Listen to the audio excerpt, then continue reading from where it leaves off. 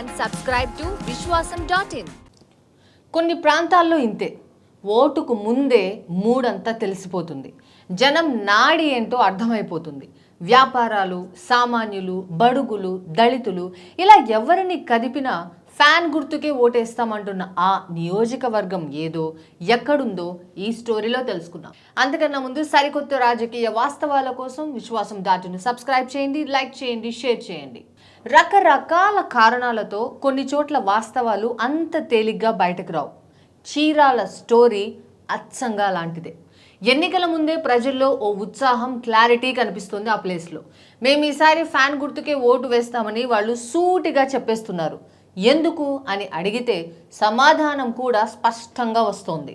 మా దగ్గర వసూలు చేయలేదు, వేధింపులు లేవు, దాడులు చేయించలేదు, అడిగిన పని చెప్పిన పని చేస్తూనే ఉన్నారు, అందుకే మేము మళ్ళీ ఫ్యాన్కే ఓటేస్తామంటున్నారు. ఇదంతా sitting MLA Karanam Balaram following.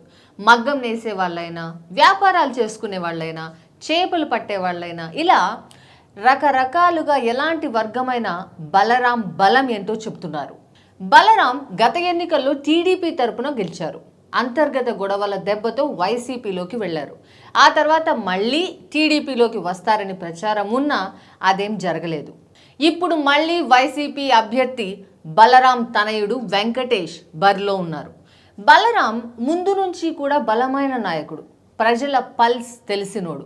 గత ఎన్నికల్లో కూడా అప్పటికప్పుడు బరిలోకి దిగినా ఒకే ఒక్క మాట చెప్పాడు: మీ మీద వేధింపులు చేసిన వాళ్ళ సంగతి నేను చూస్తా, ప్రతి ఒక్కరికి అండగా ఉంటా అనే మాట మాత్రమే చెప్పాడు.